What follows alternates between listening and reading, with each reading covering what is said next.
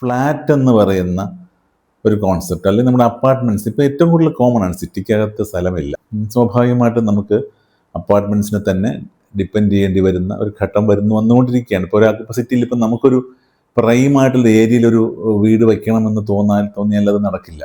ഈ പലരുടെയും ഇപ്പോഴത്തെ ഏറ്റവും വലിയൊരു കൺസേൺ ആണ് ഫ്ലാറ്റിൽ എങ്ങനെ വാസ്തു നോക്കും. അപ്പോൾ ഫ്ലാറ്റിൽ വാസ്തു നോക്കാൻ പറ്റുമോ എന്നൊക്കെ എൻ്റെ അടുത്ത് പലരും ചോദിച്ചിട്ടുണ്ട്. അപ്പോൾ ഞാൻ എപ്പോഴും പറയും, vastu is not about possession of the property, it is about usage of space എന്ന് നമ്മൾ പറയും. ഒരു വീട് വച്ചിട്ട് ആ വീട് വാടകയ്ക്ക് കൊടുക്കുമ്പോൾ അത് വാടകക്കാരനാണോ അതിൻ്റെ ഗുണം വരുന്നത്, അല്ലെങ്കിൽ വാടക ദോഷങ്ങളും ഗുണങ്ങളും ഒക്കെ സമ്മിശ്രമാണല്ലോ പലപ്പോഴും. അപ്പോൾ അത് വരുന്നത് വാടകക്കാരനാണോ അല്ലെങ്കിൽ അതിൻ്റെ ഉടമസ്ഥനാണോ എന്നുള്ള ചോദ്യത്തിൽ ഞാൻ പലപ്പോഴും പറഞ്ഞിട്ടുണ്ട്. അല്ലെങ്കിൽ ഈ ഫ്ലാറ്റിൽ താമസിക്കുന്ന 100 പേർക്ക് ഒരേ വാസ്തുവാണോ എന്നൊക്കെ ചോദ്യങ്ങൾ വരാറുണ്ട്. പലപ്പോഴും ഈ ഡിസ്കഷൻസിലൊക്കെ പോകുമ്പോൾ എന്നോട് പലരും ചോദിക്കുന്ന ഒരു ചോദ്യമാണ്, അങ്ങനെ ഇരിക്കുമ്പോൾ ഈ 100 പേർക്കും 100 വാസ്തുവാണോ, അല്ലെങ്കിൽ 100 പേർക്ക് ഒരേപോലെയാണോ അവരുടെ ജീവിതം വരുന്നത്, അല്ലെങ്കിൽ ഇപ്പോൾ നോർത്ത് ഫേസിംഗ് ആയിട്ടുള്ള ഡോറുള്ള ഒരു അപ്പാർട്ട്മെൻറ്റിൻ്റെ നേരെ ഓപ്പോസിറ്റ് സൈഡിൽ സൗത്ത് ഫേസിംഗ് ആയിട്ടുള്ള ഡോറുള്ള അപ്പാർട്ട്മെൻറ്റ് ഉണ്ടാവും.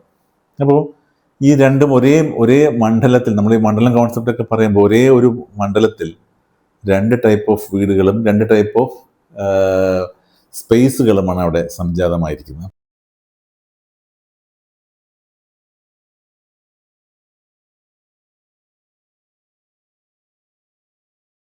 ഹായ്, നമസ്കാരം. വാസ്തുഗ്രഹത്തിൻ്റെ മറ്റൊരു അധ്യായത്തിലേക്ക് വീണ്ടും സ്വാഗതം.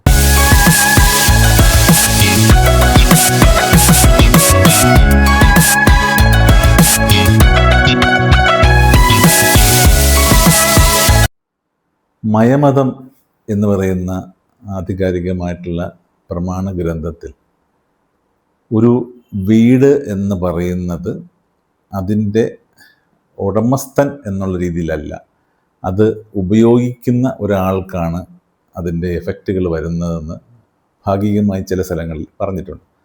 അപ്പോൾ ഞാൻ എപ്പോഴും പറയും, vastu is not about possession of the property, it is about usage of space എന്ന് നമ്മൾ പറയും.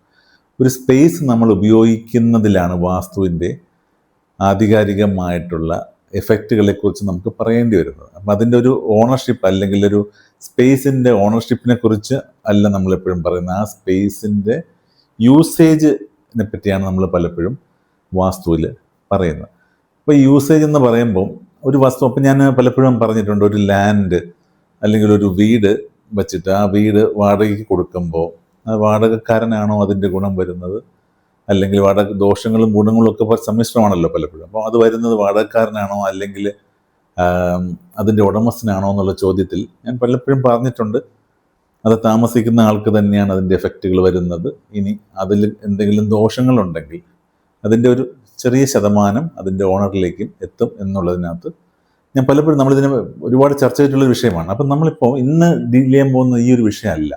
ഇന്ന് നമ്മൾ സംസാരിക്കാൻ പോകുന്നത് ഫ്ലാറ്റ് എന്ന് പറയുന്ന ഒരു കോൺസെപ്റ്റ്, അല്ലെങ്കിൽ നമ്മുടെ അപ്പാർട്ട്മെൻറ്റ്സ് ഇപ്പോൾ ഏറ്റവും കൂടുതൽ കോമൺ ആണ്. സിറ്റിക്കകത്ത് സ്ഥലമില്ല, സ്വാഭാവികമായിട്ടും നമുക്ക് അപ്പാർട്ട്മെൻറ്റ്സിനെ തന്നെ ഡിപ്പെൻഡ് ചെയ്യേണ്ടി വരുന്ന ഒരു ഘട്ടം വന്നുകൊണ്ടിരിക്കുകയാണ്. ഇപ്പോൾ ഒരാൾക്ക് ഇപ്പോൾ സിറ്റിയിൽ ഇപ്പം നമുക്കൊരു പ്രൈമായിട്ടുള്ള ഏരിയയിലൊരു വീട് വയ്ക്കണമെന്ന് തോന്നിയാൽ അത് നടക്കില്ല പലപ്പോഴും. കാര്യം എന്ന് പറഞ്ഞാൽ ആ പ്രൈം ഏരിയയിലുള്ള വിലയും ഒപ്പം തന്നെ അത് കൊടുക്കുന്നതിൽ ആൾക്കാർ കാണിക്കുന്ന വിമുഖതയൊക്കെ വരുമ്പോൾ ഒരു കോമൺ പ്രോപ്പർട്ടി വെർട്ടിക്കലി ഡെവലപ്പ് ചെയ്തിരിക്കുന്ന ഒരു ബിൽഡിങ്ങിൽ ഒരു ഫ്ലാറ്റ് നമ്മൾ ഒക്യുപ്പൈ ചെയ്യുകയും ആ ഒക്യുപ്പൈ ചെയ്യുന്ന ഫ്ലാറ്റിൽ നമ്മൾ താമസിക്കുകയും ചെയ്യുന്ന ഒരു സ്ഥിതിയാണ് ഇപ്പോൾ ഉള്ളത്.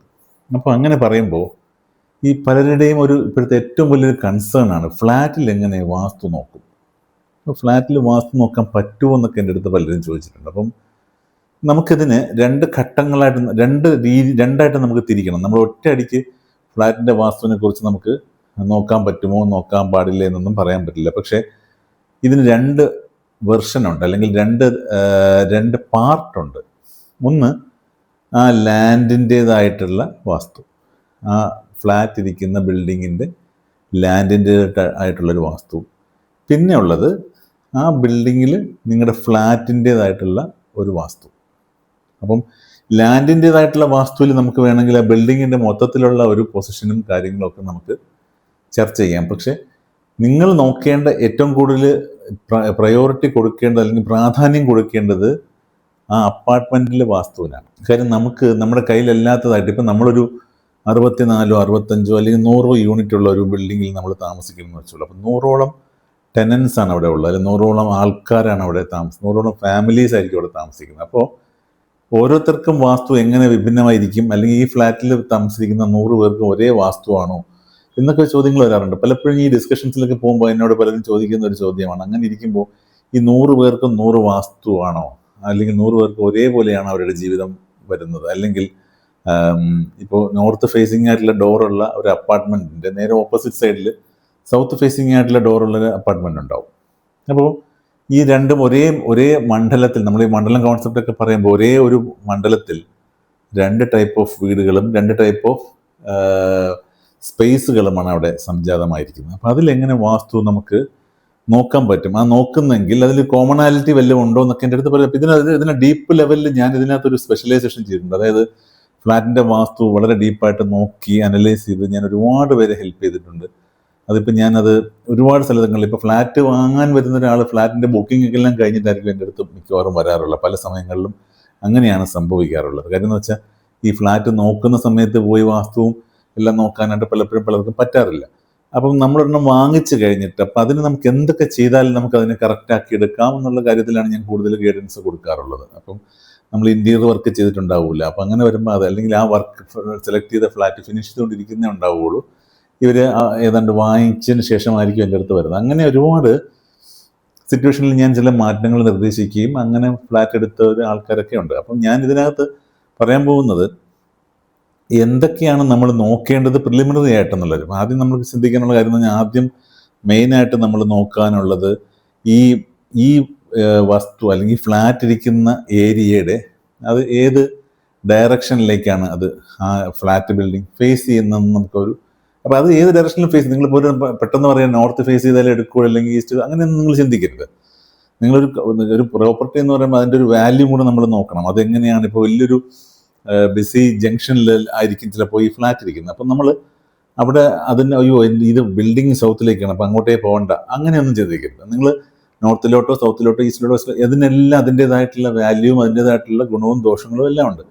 അപ്പോൾ ഇപ്പം നമ്മൾ നോക്കേണ്ടത് എൻട്രി ഓസ്പീഷ്യസ് എന്ന് പറയുന്നത് നോർത്ത് ഈസ്റ്റ് എൻട്രിയാണ് ഏറ്റവും ഓസ്പീഷ്യസ് ആയിട്ട് വരുന്നത്. അപ്പം ഞാൻ ഈ നോർത്തും ഈസ്റ്റും ഫേസ് ചെയ്യുന്ന അപ്പാർട്ട്മെൻറ്റുകൾ, എൻ്റെ ചില ക്ലയൻസ് ഒക്കെ ഉണ്ട്, അവരുടെ അപ്പാർട്ട്മെൻറ്റുകളൊക്കെ ചെയ്യുന്ന സമയത്ത് ഞാൻ പറയും, നിങ്ങൾ നോർത്ത് ഈസ്റ്റ് ഭാഗത്തേക്ക് നിങ്ങളുടെ മെയിൻ ഗേറ്റ് കൊണ്ടുവരൂ, അത് വളരെ ഗുണം ചെയ്യും എന്ന് പറയും. ഒരു കാരണവശാലും സൗത്ത് വെസ്റ്റിൽ ഗേറ്റ് വരുന്ന രീതിയിലുള്ള ഒരു പൊസിഷനെ കൊടുക്കരുതെന്ന് ഞാൻ പറയും. ഈ 2 കാര്യങ്ങൾ നമ്മൾ വളരെ ശ്രദ്ധിച്ചാൽ മാത്രമേ അതിൻ്റേതായിട്ടുള്ള ഗുണങ്ങളുണ്ടാവുള്ളൂ. അപ്പം അങ്ങനെ ആ ബിൽഡിങ്ങിൻ്റെ മൊത്തം, പിന്നെ അതിൻ്റെ സ്ലോപ്പ് പലപ്പോഴും ഇത് കൺട്രോൾ ചെയ്യാൻ പറ്റും. ഫ്ലാറ്റിന് സംഭവിക്കുന്ന വേറൊരു കാര്യം കൂടെ ഉണ്ട്. ഫ്ലാറ്റിൻ്റെ ബേസ്മെന്റ് എന്ന് പറയുന്നത് ബേസ്മെന്റിൽ പാർക്കിംഗ് ആണ്. ബേസ്മെന്റിൽ പാർക്കിംഗ് വരുമ്പോൾ എനർജി ഇഷ്യൂ ഉണ്ട്. കാര്യം പാർക്കിംഗ് എന്ന് പറയുന്നത് നമുക്ക് മനസ്സിലാവും, ഒരു സ്പേസിലേക്ക് നമുക്കിപ്പോൾ നമുക്കിരിക്കാൻ പറ്റുന്ന ഒരു സ്പേസ് ഡിഫൈൻ ചെയ്യുന്ന ഒരു സ്പേസ് ഡിഫൈൻ ചെയ്യുമ്പോൾ വണ്ടി കൊണ്ടിടുകയാണെന്ന് വെച്ചാൽ വണ്ടി വരുമ്പോഴും വണ്ടി അവിടെ നിന്ന് പോകുമ്പോഴും ചെയ്യുമ്പോൾ സമയത്തും അവിടെ ഒരു ഡിഫറൻസ് ഉണ്ടാവും. നമുക്ക് ലോജിക്കലി ചിന്തിക്കാമെന്നുള്ള കാര്യമാണ്. അപ്പം അവിടെ ആ ഒരു നെഗറ്റീവ് എന്ന് നമുക്ക് തീർത്ത് പറയാൻ പറ്റില്ല. എനർജി ഇംബാലൻസസ് ഫ്രീക്വൻ്റ് ആയിട്ട് ഉണ്ടാവാൻ സാധ്യതയുള്ളൊരു സ്ഥലമാണ് ഈ പാർക്കിംഗ് സ്പേസ് എന്ന് പറയുന്നത്. അപ്പോൾ അതൊരു വളരെ ഇമ്പോർട്ടൻ്റ് ആയിട്ടുള്ളൊരു കൺസേൺ ആണ്. അപ്പോൾ അങ്ങനെയൊക്കെയുള്ള കുറേ ഫ്ലാറ്റിൻ്റേതായിട്ടുള്ള ചില റെസ്ട്രിക്ഷൻസും നമുക്കുണ്ട്. നമ്മൾ ഇതിനെല്ലാം ഇൻകോപ്പറേറ്റ് ചെയ്തിട്ട് പുരോഗമനപരമായിട്ട് നമ്മൾ ചിന്തിക്കുകയും ഇതിനെ ഇൻകോപ്പറേറ്റ് ചെയ്ത് നമ്മുടെ മോഡേൺ ലൈഫ് സിസ്റ്റത്തിലേക്ക് ഇതെങ്ങനെ നമുക്ക് കൊണ്ടുവരാൻ പറ്റും എന്നുള്ളതാണ് നമ്മൾ ചിന്തിക്കേണ്ട പോയിന്റ്.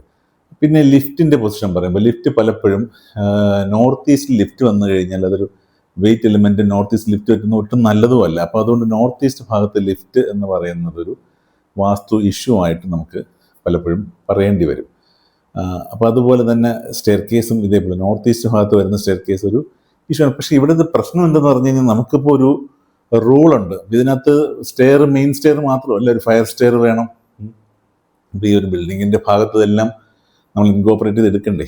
അപ്പോൾ അവിടെ ഒരു പ്ലാനിങ് വൈസ് നമുക്ക് ഒരുപാട് കൺസ്ട്രെയിൻസ് ഉണ്ട്. വാസ്തുവിനെ നോക്കുന്നതിന് നമുക്ക് ഒരുപാട് പരിധിയുണ്ട്. മെയിൻ ബിൽഡിങ്ങിൻ്റെ കാര്യത്തിലാണ് ഞാൻ ഈ പറയുന്നത്.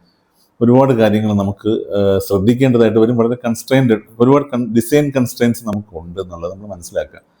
പിന്നെ വരുന്നത് ഒരു പോയിന്റ് എന്ന് പറഞ്ഞു കഴിഞ്ഞാൽ, ഇതിൻ്റെ ഞാൻ നേരത്തെ പറഞ്ഞു സ്ലോപ്പ്, വാട്ടർ ഡ്രെയിനേജ് എങ്ങോട്ട് പോകുന്നു, നോർത്ത് വെസ്റ്റിലേക്കാണോ ഇതിൻ്റെ STP യൂണിറ്റ് കിടക്കുന്നത്, ഇങ്ങനെയൊക്കെയുള്ള ബേസിക് ആയിട്ടുള്ള കാര്യങ്ങൾ ശ്രദ്ധിക്കുക എന്നുള്ളത് വളരെ ഇമ്പോർട്ടൻ്റ് ആണ്. പിന്നെ പ്ലോട്ടിൻ്റെ ഷേപ്പൊക്കെ നമുക്ക് നോക്കുന്നതിൽ പ്രയാസമാണ്. അപ്പോൾ അതുപോലെ തന്നെ വാട്ടർ ബോഡി പൊസിഷൻ എന്തെങ്കിലും ഉണ്ടെങ്കിൽ അത് ഒരു കാരണവശാലും സൗത്ത് വെസ്റ്റിലോ നോർത്ത് വെസ്റ്റിലോ ഒന്നും വരാതെ നോക്കുക. അത് നോർത്ത് ഈസ്റ്റ് ആണെങ്കിൽ വളരെ നല്ലത്. അങ്ങനെ ഇങ്ങനെയുള്ള ബേസിക് ആയിട്ടുള്ള കുറച്ച് പോയിന്റ്സ് നമ്മൾ ശ്രദ്ധിക്കുക. പിന്നെ UG tank, OST. UG tank എന്ന് പറയുന്നത് അണ്ടർഗ്രൗണ്ട് ടാങ്ക് വരുന്നത് എപ്പോഴും നമ്മൾ നോർത്ത് ഈസ്റ്റ് തന്നെ പൊസിഷൻ ചെയ്യാനായിട്ട് ശ്രമിക്കുക. ഒരു കാരണവശാലും സൗത്ത് ഈസ്റ്റോ അങ്ങനെയുള്ള ഭാഗത്ത് വരാതിരിക്കാൻ നോക്കുക. ഇതിന് പ്ലാനിങ് കൺസ്ട്രെയിൻസ് നിർത്തിക്കൊണ്ട് തന്നെയാണ് ഞാൻ പറയുന്നത്. നമ്മുടെ ഓപ്ഷൻസ് എപ്പോഴും നല്ല ചോയ്സിലേക്ക് കൊണ്ടുപോകാൻ നമ്മൾ നോക്കുക. കാര്യം ഫ്ലാറ്റ് എന്ന് പറയുന്നത് ആത്യന്തികമായിട്ട് ഇത് വിൽക്കുക എന്നുള്ള പർപ്പസിലാണല്ലോ ഒരു ബിൽഡർ ചെയ്യുന്നത്. അപ്പോൾ സ്വാഭാവികമായിട്ട് അതിനകത്ത് ഈ വന്ന് നോക്കുന്നവരെല്ലാം വാസ്തു നോക്കാനും ഒക്കെയുള്ള ഒരു ഇതുണ്ടാവും. അപ്പോൾ നമുക്കൊരു മാക്സിമം അതിനെ ഇൻകോപ്പറേറ്റ് ചെയ്ത് കൊണ്ട് ചെയ്യുന്നതായിരിക്കും എപ്പോഴും നല്ലത്. ഞാൻ ഇത് കോമൺ ആയിട്ട് കാണുന്ന കുറേ പ്രശ്നങ്ങളാണ്. സൗത്ത് വെസ്റ്റിലൊക്കെ ഗേറ്റ് കൊണ്ട് വയ്ക്കുന്ന ഫ്ലാറ്റുകൾ ഞാൻ കണ്ടിട്ടുണ്ട്. അപ്പോൾ അതൊരിക്കലും ഫ്ലാറ്റിനകത്ത്, പിന്നെ ഇതിനകത്ത് ബിൽഡിങ്ങിനകത്തുള്ള വാസ്തുവൊക്കെ കുറേ കറക്റ്റ് ചെയ്ത് ബിൽഡിങ്ങിൻ്റെ ഈ ഒക്യുപ്പൻസ് എല്ലാം കൃത്യമായിട്ട് വാസ്തുവൊക്കെ നോക്കി കുറേ കറക്ഷനൊക്കെ ചെയ്ത് വന്നു കഴിഞ്ഞാൽ ഓട്ടോമാറ്റിക്കലി അവിടെ നല്ല വൈബ്രേഷൻസ് ഉണ്ടാവും. സ്പേസിൽ നല്ല വൈബ്രേഷൻ ഉണ്ടാവും, നല്ല രീതിയിൽ അതിൻ്റെ എഫക്റ്റും ഉണ്ട്. അപ്പോൾ നമ്മളിങ്ങനെ പറഞ്ഞു വന്നപ്പോഴത്തേക്കും ഈ അപ്പാർട്ട്മെൻറ്റിലേക്ക് നമ്മൾ കിടക്കണം. അപ്പാർട്ട്മെൻറ്റിലേക്ക് കിടക്കുമ്പോൾ ശ്രദ്ധിക്കേണ്ട കാര്യങ്ങളെന്ന് പറയുന്നത് ബെഡ്റൂംസ് എപ്പോഴും സൗത്ത് വെസ്റ്റ് തന്നെ ആയിരിക്കണം മാസ്റ്റർ ബെഡ്റൂം വരേണ്ടത്. പിന്നെ അതുപോലെ നമുക്ക് നോർത്തിലും വെസ്റ്റിലുമുള്ള റൂമൊക്കെ നമുക്ക് ചിൽഡ്രൻസ് ബെഡ്റൂം അങ്ങനെയുള്ള കാര്യങ്ങൾക്ക് ഉപയോഗിക്കാം. നോർത്ത് വെസ്റ്റിൽ വളരെ നല്ലതാണ്. സൗത്ത് ഈസ്റ്റ് കിച്ചൺ പ്രിഫർ ചെയ്യുക, പറ്റിയില്ലെങ്കിൽ അത് നോർത്ത് വെസ്റ്റിൽ പ്രിഫർ ചെയ്യുക. പിന്നെ ബാൽക്കണീസ്, ഒരു കാരണവശാലും ബാൽക്കണീസ് സൗത്ത് വെസ്റ്റ് ഏരിയയിൽ വരാതിരിക്കാൻ നോക്കുക. പിന്നെ ഉള്ളതെന്ന് പറഞ്ഞാൽ നമ്മുടെ ഫ്രണ്ട് എൻട്രൻസ് നമുക്ക് ചിലപ്പം ചില ചോയ്സ് ഉണ്ടാവില്ല അതെങ്ങനെ ഫേസ് ചെയ്യാന്നുള്ളത്. പക്ഷെ എൻട്രൻസ് ഡോറിൻ്റെ അവിടെ ആ ഭാഗം നമ്മൾ കൃത്യമായിട്ട് എനർജി ബാലൻസ് വരുന്ന രീതിയിൽ, ഒബ്സ്ട്രക്ഷൻസ് ഒന്നും വരാത്ത രീതിയിൽ, കണ്ടീഷൻസ് ഒന്നും വരാത്ത രീതിയിൽ നമ്മൾ പല കാര്യങ്ങളും ചെയ്ത് അതിനെ ചെയ്തെടുക്കണം. പിന്നെ നമുക്ക് കുറച്ച് ഇന്റേണൽ വാസ്തു കുറച്ചുകൂടെ നമുക്ക് ഫ്ലാറ്റുകളിൽ നോക്കുന്നത് നല്ലതായിരിക്കും. ഞാനെപ്പോഴും വീടുകളിൽ ഇപ്പോൾ നമുക്ക് എപ്പോഴും എല്ലാ കാര്യങ്ങളും, ഇപ്പോൾ ഉദാഹരണത്തിന് കിച്ചണിനുള്ളിൽ നമ്മളുടെ ഡ്രിങ്കിങ് വാട്ടറിൻ്റെ പൊസിഷൻ, ഡ്രിങ്കിങ് വാട്ടർ പ്യൂരിഫയർ വയ്ക്കുന്ന പൊസിഷൻ നോക്കാൻ പറഞ്ഞു കഴിഞ്ഞാൽ അത് നോർത്ത് ഈസ്റ്റിൽ വയ്ക്കുന്നതാണ് ഏറ്റവും നല്ലത്. പക്ഷെ നോർത്ത് ഈസ്റ്റ് നമുക്ക് കിച്ചണിനകത്ത് വയ്ക്കാൻ പറ്റണമെന്നില്ല. പക്ഷെ ഇതുപോലുള്ള ഫ്ലാറ്റുകളിൽ ഈ മൈക്രോ വാസ്തു എന്ന് ഞാൻ പറയും, മൈക്രോ വാസ്തു കാര്യങ്ങൾ നോക്കുന്നത് വളരെ നല്ലതായിരിക്കും. കാര്യം നമുക്ക് അതിനകത്ത് പുറമേ ഉള്ള ഇതിനകത്ത് ഒരുപാട് ലിമിറ്റേഷൻസ് ഉള്ളത് കൊണ്ട് നമുക്ക് ഡെഫിനറ്റ്ലി ഈ കൊച്ചു കാര്യങ്ങൾ കറക്റ്റ് ചെയ്ത് വന്നു കഴിഞ്ഞാൽ അത് വളരെ നല്ലതായിരിക്കും. അത് ആ വാസ്തുപരമായിട്ട് ആ ഒരു ഫ്ലാറ്റിൻ്റെ വൈബ്രേഷൻസ് നല്ല രീതിയിൽ കൂട്ടാനുള്ള ഒരു സാധ്യതയും കൂടെ നമുക്കുണ്ടാവും. അപ്പോൾ അതുപോലെ പിന്നെ പെട്ടെന്നൊരു റെമഡി ആംഗിളിലൊക്കെ ചിലപ്പോൾ ഫ്ലാറ്റിനെ പറ്റി ചോദിച്ചു കഴിഞ്ഞാൽ ഞാൻ പറയും ബെഡിൻ്റെ പൊസിഷൻ ചെയ്യുന്നുണ്ട്, തെറ്റാണെങ്കിൽ ചേഞ്ച് ചെയ്യാം, സ്റ്റൗവിൻ്റെ പൊസിഷൻ ചേഞ്ച് ചെയ്യാം. ഇതൊക്കെ നമ്മൾ ചെയ്തുകൊണ്ട് നമുക്ക് പെട്ടെന്ന് കറക്ഷൻസ് ഒക്കെ ചെയ്യാൻ പറ്റും. അത് നമ്മൾ പ്രത്യേകം ശ്രദ്ധിക്കേണ്ട കാര്യമാണ്. പിന്നെ ഈ നോർത്ത് ഈസ്റ്റിൽ കിച്ചൺ ഫ്ലാറ്റുകളിൽ ഒഴിവാക്കുന്നതാണ് നല്ലത്. കാര്യം ഞാൻ എപ്പോഴും പറയും, നോർത്ത് ഈസ്റ്റ് കിച്ചൺ എന്ന് പറയുന്ന ഒരിക്കലും ഒരു നല്ല തോട്ടയല്ല ശരിക്കും പറഞ്ഞാൽ. അപ്പം അത് അവോയ്ഡ് ചെയ്യാൻ തന്നെയാണ് ഞാൻ എപ്പോഴും പറയുന്നത്. അപ്പം ആ നോർത്ത് ഈസ്റ്റ് കിച്ചൺ സാമ്പത്തികമായിട്ട് നിങ്ങൾക്കൊരു ഗുണവും ചെയ്യില്ല എന്നുള്ളതാണ് അതിൻ്റെ സത്യം. പിന്നെ ഈ മനുഷ്യാലയ ചന്ദ്രിക മാത്രം അങ്ങനെ ഒരു റെക്കമെൻഡേഷൻ ഉള്ളതുകൊണ്ടും നമ്മുടെ തറവാടുകളിലൊക്കെ അങ്ങനെ ഒരു വാസ്തു പാലിച്ച് വന്നതുകൊണ്ടും നോർത്ത് ഈസ്റ്റ് ഓക്കെ എന്ന രീതിയിൽ ഇപ്പോൾ പല വീടുകളിലും നമ്മൾ മെയിൻറ്റെയിൻ ചെയ്ത് പോകുന്നുണ്ട്. പക്ഷെ കഴിയുന്നത് നോർത്ത് ഈസ്റ്റിലുള്ള കിച്ചൺ അത്ര നല്ല ഓപ്ഷനായിട്ട് ഒരിക്കലും എനിക്കിപ്പോൾ പറയാൻ പറ്റില്ല. കാര്യം എന്ന് വെച്ചാൽ അതിനകത്ത് ഇപ്പോൾ ഒരുപാട് പുതിയ റിസർച്ചുകളൊക്കെ നമ്മൾ ഓൾ ഓവർ ഇന്ത്യ ചെയ്യുന്ന ആർട്ടിക്കിൾസൊക്കെ വായിക്കുമ്പോഴും അല്ലെങ്കിൽ പല ആളുകളും ചെയ്തുള്ള അവരുടെ അനുഭവങ്ങളൊക്കെ പറഞ്ഞിരിക്കുമ്പോൾ നോർത്ത് ഈസ്റ്റ് എന്ന് പറയുന്നത് ഒരു റോങ് പൊസിഷനായിട്ടാണ് കാണുന്നത് കിച്ചൺ. അപ്പോൾ നമുക്ക് പണ്ടത്തെ ഉള്ള, ഇപ്പോൾ നിങ്ങൾ ആരുടെയെങ്കിലും വീട്ടിൽ നോർത്ത് ഈസ്റ്റിൽ കിച്ചൺ ഉണ്ടെങ്കിൽ ഉടനെ എടുത്ത് കിച്ചൺ മാറ്റണം എന്നല്ല എൻ്റെ അർത്ഥം.